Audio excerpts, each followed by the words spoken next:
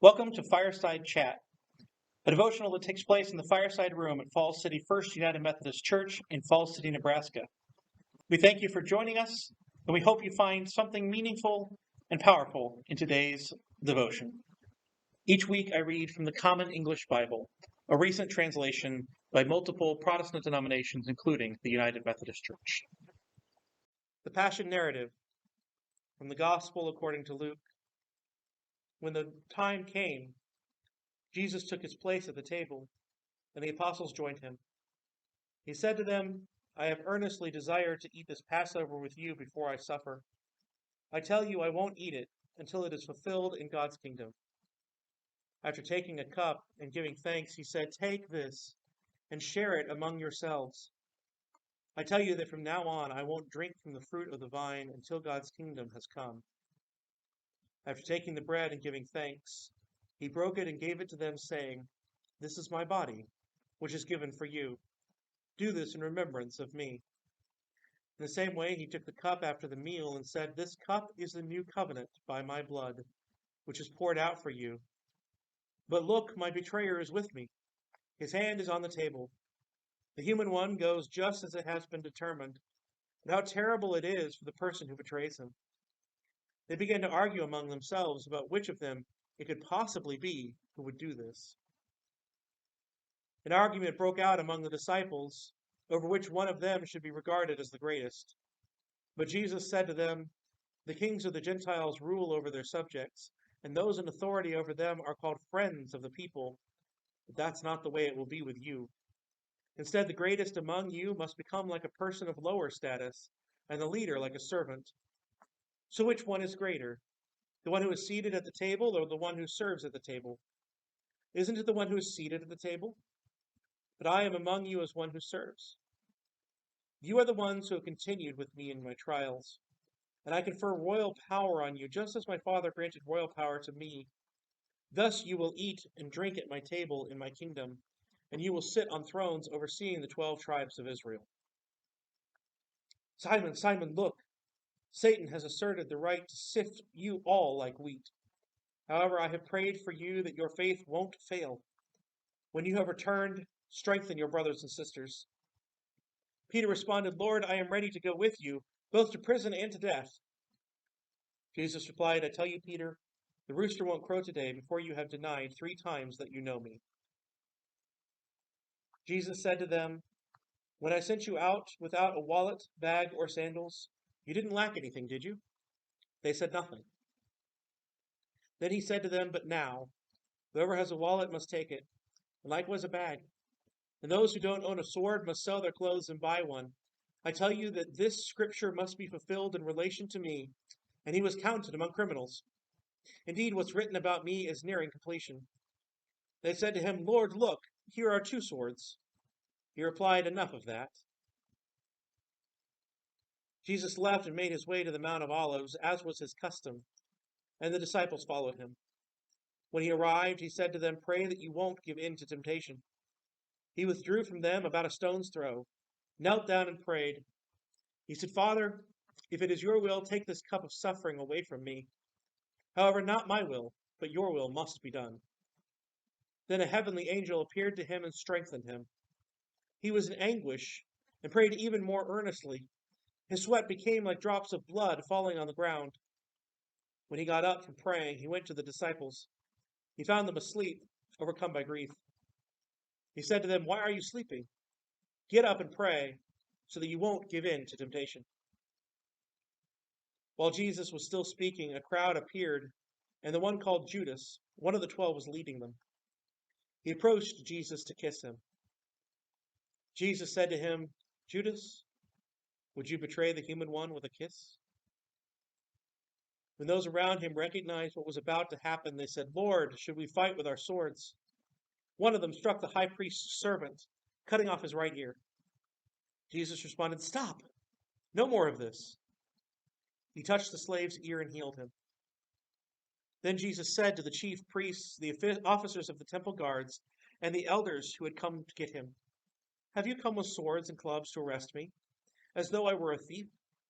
Day after day I was with you in the temple, but you didn't arrest me. But this is your time when darkness rules. After they arrested Jesus, they led him away and brought him to the high priest's house.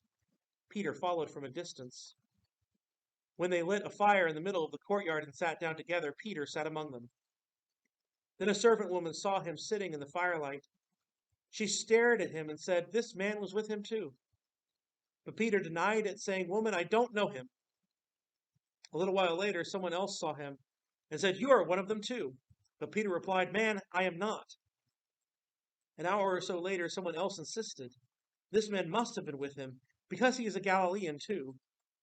Peter responded, "Man, I do not know what you are talking about." At that very moment, while he was still speaking, a rooster crowed.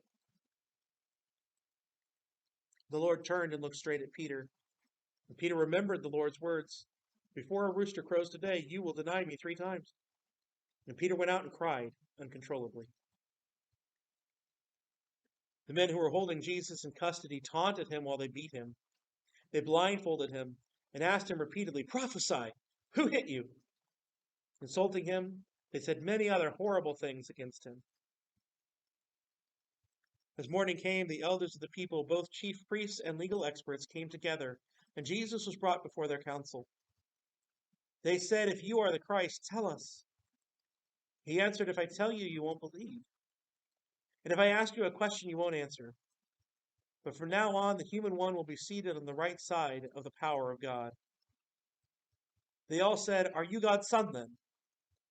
He replied, "You say that I am." Then they said, "Why do we need further testimony? We've heard it from his own lips." Chapter 23. The whole assembly got up and led Jesus to Pilate and began to accuse him. They said, "We have found this man misleading our people, opposing the payment of taxes to Caesar, and claiming that he is the Christ, a king." Pilate asked him, "Are you the king of the Jews?" Jesus replied, "That's what you say." Then Pilate said to the chief priests and the crowds, "I find no legal basis for action against this man." But they objected strenuously, saying, "He agitates the people with his teachings throughout Judea, starting from Galilee all the way here." Hearing this, Pilate asked if the man was a Galilean. When he learned that Jesus was from Herod's district, Pilate sent him to Herod, who was also in Jerusalem at the time. Herod was very glad to see Jesus, for he had heard about Jesus and had wanted to see him for quite some time. He was hoping to see Jesus perform some sign. Herod questioned Jesus at length, but Jesus didn't respond to him. The chief priests and the legal experts were there, fiercely accusing Jesus. Herod and his soldiers treated Jesus with contempt. Herod mocked him by dressing Jesus in elegant clothes and sent him back to Pilate. Pilate and Herod became friends with each other that day. Before this, they had been enemies. Then Pilate called together the chief priests and rulers of the people. He said to them, "You brought this man before me as one who was misleading the people. I have questioned him in your presence and found nothing in this man's conduct that provides a legal basis for the charges you have brought against him. Neither did Herod, because Herod returned him to us. He has done nothing that deserves death. Therefore I'll have him whipped, then let him go." But with one voice they shouted, "Away with this man! Release Barabbas to us!" Barabbas had been thrown into prison because of a riot that had occurred in the city and for murder. Pilate addressed them again because he wanted to release Jesus. They kept shouting out, "Crucify him! Crucify him!" For the third time, Pilate said to them, "Why? What wrong has he done? I find no legal basis for the death penalty in this case. Therefore, I will have him whipped, then let him go."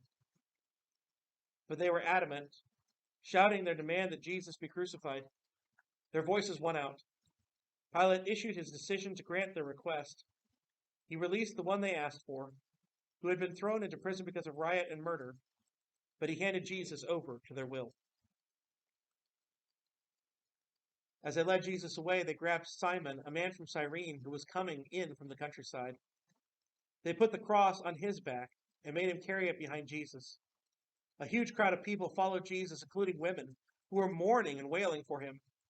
Jesus turned to the women and said, "Daughters of Jerusalem, don't cry for me. Rather cry for yourselves and your children. The time will come when they will say, 'Happy are those who are unable to become pregnant the wombs that never gave birth, and the breasts that never nursed a child. Then they will say to the mountains, fall on us, and to the hills, cover us. If they do these things when the tree is green, what will happen when it's dry? They also led 2 other criminals to be executed with Jesus. When they arrived at the place called the Skull, they crucified him along with the criminals, one on his right, the other on his left. Jesus said, Father, forgive them, for they don't know what they are doing. They drew lots as a way of dividing up his clothing. The people were standing around watching, but the leaders sneered at him, saying, he saved others. Let him save himself, if he really is the Christ sent from God, the chosen one. The soldiers also mocked him. They came up to him, offering him sour wine, and saying, if you really are the king of the Jews, save yourself. Above his head was a notice of the formal charge against him. It read, this is the king of the Jews. One of the criminals hanging next to Jesus insulted him. Aren't you the Christ? Save yourself and us. Responding, the other criminal spoke harshly to him. Don't you fear God, seeing that you've also been sentenced to die? We are rightly condemned, for we are receiving the appropriate sentence for what we did, but this man has done nothing wrong. Then he said, Jesus, remember me when you come into your kingdom. Jesus replied, I assure you that today you will be with me in paradise. It was now about noon, and darkness covered the whole earth until about 3 o'clock, while the sun stopped shining. Then the curtain in the sanctuary tore down the middle. Crying out in a loud voice, Jesus said, Father, into your hands I entrust my life. After he said this, he breathed for the last time. When the centurion saw what happened, he praised God, saying, it's really true, this man was righteous. All the crowds who had come together to see this event returned to their houses, beating their clothes after seeing what had happened. And everyone who knew him, including the women who had followed him from Galilee, stood at a distance observing these things. Now there was a man named Joseph, who was a member of the high council. He was a good and righteous man. He hadn't agreed with the plan and actions of the council.